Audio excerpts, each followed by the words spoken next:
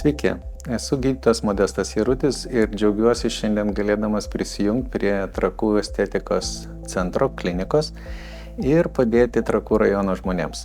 Esu baigęs Vilniaus universitetą, prieš 25 metus baigiau bendrą chirurgiją ir kraujagyslių chirurgiją.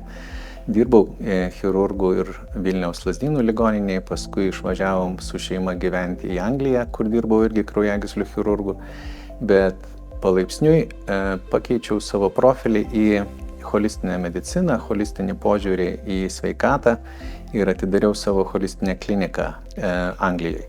16 metų mes gyvenom Anglijoje, klinika augo, patirtis augo ir šiemet mes grįžom į Trakus ir džiaugiuosi galėdamas savo vietoj, kur gyvenu, padėti mūsų pacientams ir pasidalinti patirtimis ir stažuotėmis, kurias baigiau tiek Anglijoje, tiek Vokietijoje, tiek Airijoje ir Amerikoje ir pasiūlyti kitokį požiūrį į sveikatos palaikymą, sveikatos atstatymą ir pagrindę išsiaiškinimą, kodėl ligos prasideda ir kaip tas priežastis galim mes paveikti.